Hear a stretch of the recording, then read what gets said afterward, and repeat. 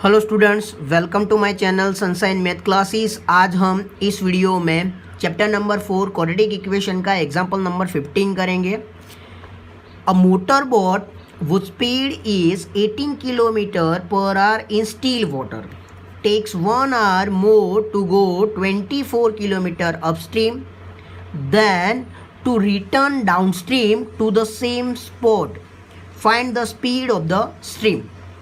तो ये क्वेश्चन के अंदर हमें ये समझना है कि स्ट्रीम का मतलब क्या होता है। स्ट्रीम मतलब मूविंग वाटर, ओके, और स्टिल वाटर का मतलब होता है ठहरा हुआ पानी, मतलब रुका हुआ पानी, ओके। तो यहाँ पे हमें दो नए वर्ड्स दिए गए, अपस्ट्रीम और डाउनस्ट्रीम। तो पहले ये समझ लेते हैं कि अपस्ट्रीम और डाउनस्ट्रीम क्या होता है, ओके। सपोज हमें स्ट्रीम मतलब मूविंग वाटर जो दिया हुआ है उसकी डायरेक्शन इस साइड पे और उसके ऊपर जो बोट चल रही है उसकी डायरेक्शन इस साइड पे।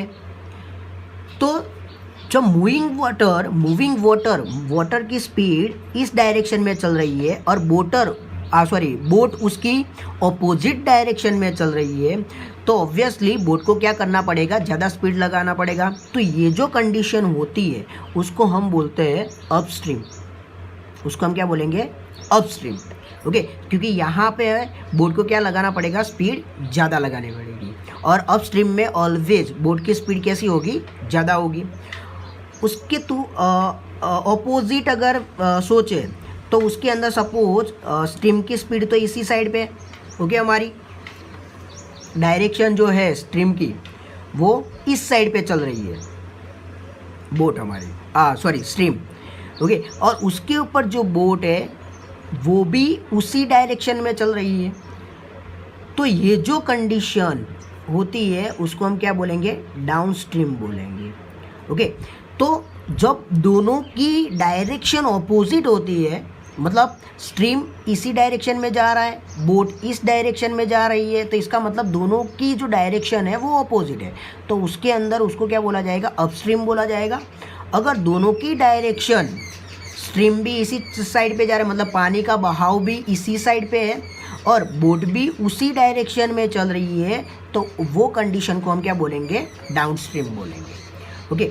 और ये दोनों कंडीशन के अंदर इस क्वेश्चन को अगर समझना है तो इसके अंदर ऑलवेज बोट की जो स्पीड होगी वो कैसी होगी, स्ट्रीम से ज़्यादा ही होगी, ओके। तो ये ध्यान रखना है। तो अपस्ट्रीम और डाउनस्ट्रीम, तो पहले हम क्या सोच लेंगे, यहाँ पे लेट एज्यूम कर लेंगे, क्योंकि यहाँ पे हमें क्या फाइंड आउट करना है, find the speed of the stream. तो पहले हम एज्यूम कर लेंगे कि स्ट्रीम की स्पीड क्या है। तो let the speed of the stream be x kilometre per hour, okay. तो हमने क्या लेट कर दिया कि जो स्ट्रीम है उसकी जो स्पीड है वो कितनी है, x kilometre per hour, okay. तो यहाँ पे किलोमीटर कट करने के लिए, किलोमीटर कितने किलोमीटर कट करना है हमें, अब स्ट्रीम में भी 24 किलोमीटर करना है और रिटर्न वापस भी आना है। तो वो कौन सी स्पीड में आ रहा है, डाउन स्ट्रीम में आ रहा है, ओके। तो किलोमीटर तो उतना ही कट करना है, तो उसके लिए कुछ टाइम लग रहा है। तो पहले तो हम ये कि टाइम वन कितना, मतलब कि जाने का टाइम, सपोज के अपस्ट्रीम में वो चल रहा है तो टाइम उसको कितना लगेगा, डाउनस्ट्रीम में जा रहा है तो टाइम कितना लगेगा, ओके। तो पहले तो अपस्ट्रीम की बात कर लेते हैं कि अपस्ट्रीम के अंदर उसकी स्पीड कितनी होगी। पहले स्पीड सोच लेते हैं कि अपस्ट्रीम के अंदर, अपस्ट्रीम और डाउनस्ट्रीम के अंदर बोट की स्पीड कितनी होगी वो सोच लेते हैं। अब बोट की स्पीड 18 तो है ही, ओके।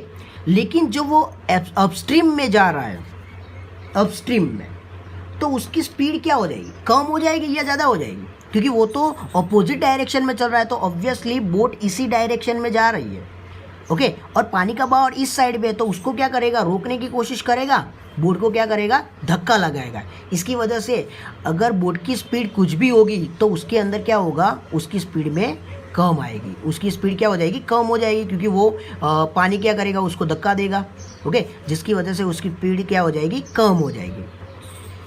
और उसी तरह से डाउनस्ट्रीम की बात करें तो डाउनस्ट्रीम के अंदर तो दोनों की सेम ही डायरेक्शन होती है, तो पानी उसको आगे बढ़ने में क्या करेगा, मदद करेगा। तो अगर सपोज बोट की स्पीड 18 है तो पानी उसमें क्या करेगा, स्ट्रीम की स्पीड उसके अंदर क्या हो जाएगी, ऐड हो जाएगी। इसके अंदर माइनस क्यों होगी, क्योंकि उसको वो रोकने की कोशिश कर रहा है। सपोज यहाँ पे बोट है, ये बोट है हमारी, ओके, और पानी यहाँ से इसी डायरेक्शन में चल रहा है, तो पानी क्या करेगा, बोट को यहाँ से धक्का देगा, और यहाँ से अगर पुश करेगी बोट तो उसको आगे जाने में क्या होगी, दिक्कत आएगी।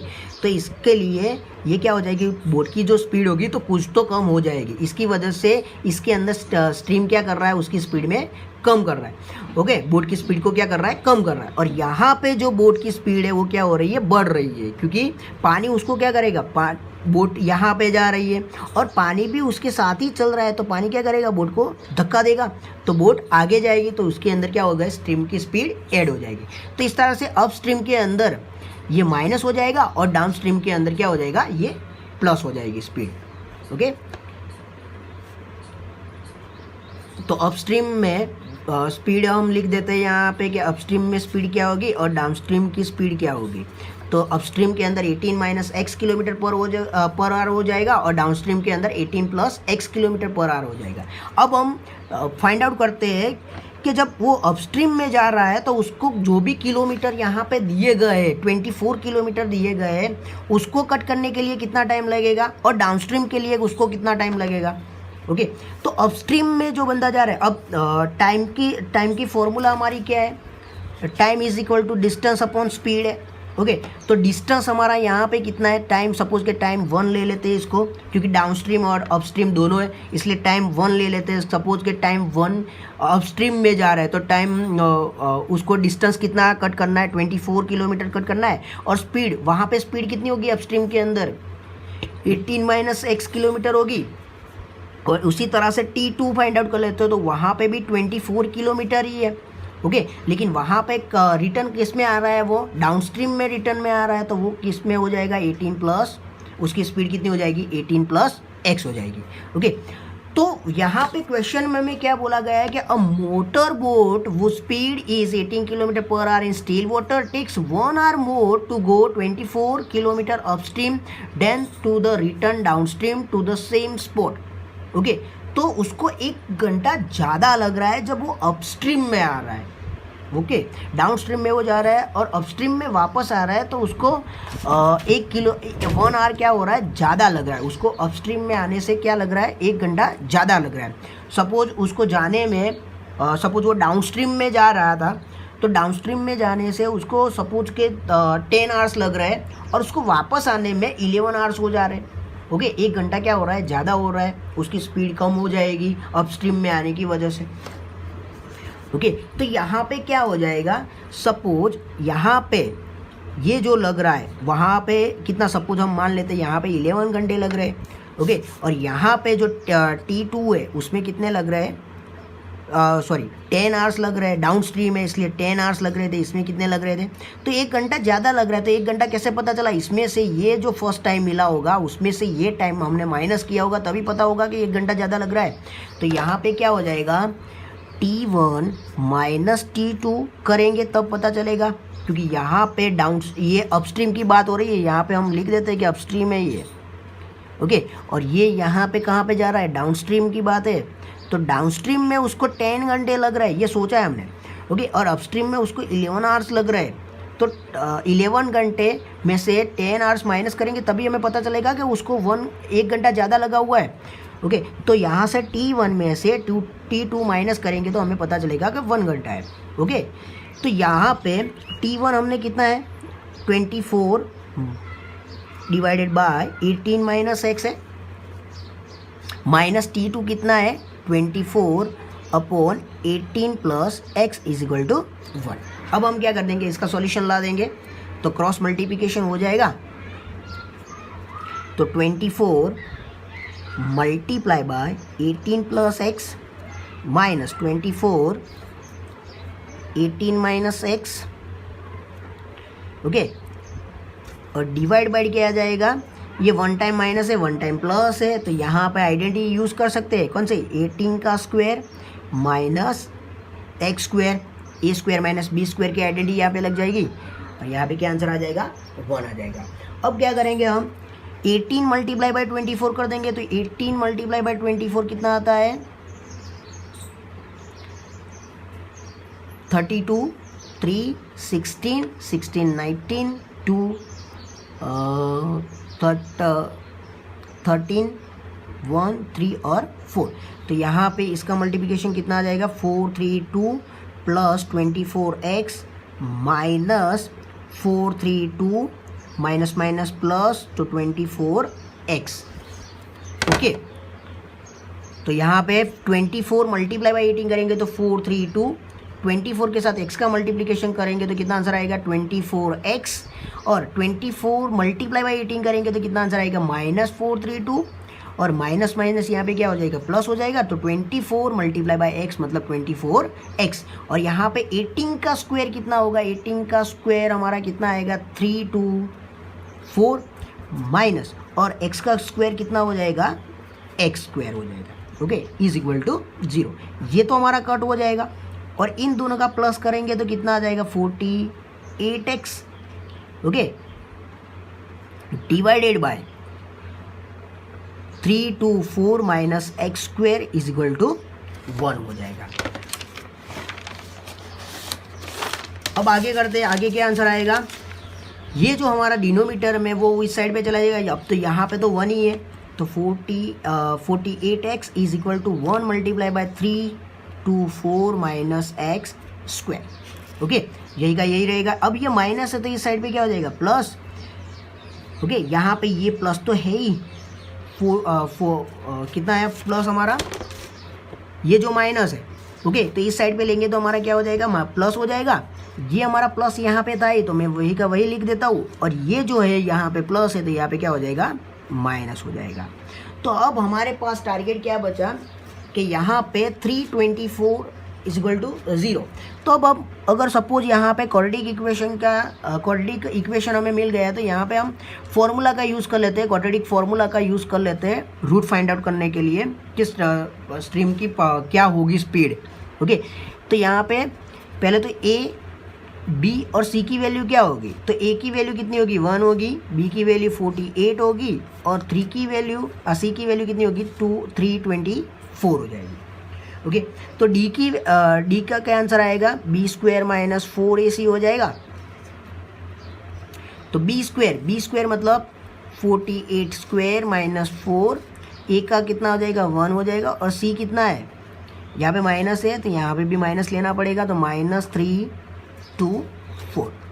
तो 48 का स्क्वायर कितना हो जाएगा? तो 48 मल्टीप्लाई बाय 48 कर लेते हैं, 32, 3, 4 4 जा 16, 16, 19, 64 रेस्ट टू 6, 32, 6, 38, तो 4 0 1 13 1 2। ओके, तो 2304 माइनस 4 के साथ मल्टीप्लाई कर देंगे तो 324 मल्टीप्लाई बाय 4, लेकिन ये माइनस माइनस क्या हो जाएगा? यहाँ पे प्लस हो जाएगा। ओके, तो 4 16 1 8 9 और 3 4 जा 12, तो 12 9 6। तो यहाँ पे आंसर क्या रहेगा? 0 रेस टू 1, 0 रेस टू 1, 3 2 5 6 और ये 3।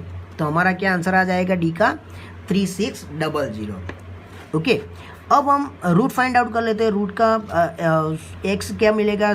तो -b plus √d upon 2a, और सेकंड रूट किस तरह से मिलेगा? तो x is equal to -b, यहाँ पे प्लस है तो ये क्या हो जाएगा? Minus divide by 2a।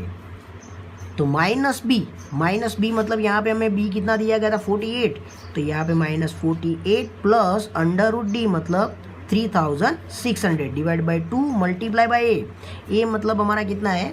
1 है यहाँ पे। ओके, तो यहाँ पे x की वैल्यू यहाँ पे भी लिख देते हैं कि -48 minus √3 3600 divide by 2 multiply by 1। तो पहले इसका सॉल्यूशन ला देते हैं। तो -41 तो ऐसे का ऐसे ही रहेगा, प्लस 3600 दिया हुआ, तो 3600 किसका स्क्वायर है, उसका स्क्वायर रूट क्या निकलेगा। तो यहाँ पे 36 का स्क्वायर रूट कितना होगा, 6 हो जाएगा। और यहाँ पे ये 2 0 है तो वहाँ से एक 0 कट हो जाएगा, तो 60 हो जाएगा डिवाइड बाय 2। तो -60 में से -48 क्या करना पड़ेगा, माइनस करना पड़ेगा। तो यहाँ पे हमारा आंसर क्या रहेगा, 212 रहेगा डिवाइड बाय 2। तो हमारा फर्स्ट रूट से वो क्या मिलेगा, 12 डिवाइडेड बाय 2 मतलब 6 मिलेगा। तो हमारा फर्स्ट आंसर क्या मिला, 6 मिला। उसी तरह से ये चेक कर लेते तो -48 और यहाँ पे भी ये भी माइनस में ही आंसर आएगा डिवाइड बाय 2। तो यहाँ पे 48 और 60 हमें प्लस करना है, तो 8 और, लेकिन ये आंसर किस में रहता है, 5 और 4। ओके, लेकिन हमारा ये जो आंसर आ रहा है -54 आया, और स्पीड, स्ट्रीम की जो स्पीड है वो तो कभी माइनस में आएगी नहीं। इसका मतलब हम जो नेगेटिव वैल्यू है उसको हम काउंट करेंगे नहीं। तो हमारा जो आंसर रहेगा वो क्या हो जाएगा, तो देयरफॉर स्पीड ऑफ स्ट्रीम वो क्या हो जाएगी, 6 किलोमीटर/आवर हो जाएगी। ओके, तो आई होप कि आपको ये क्वेश्चन क्लियर हो गया होगा। Thank you.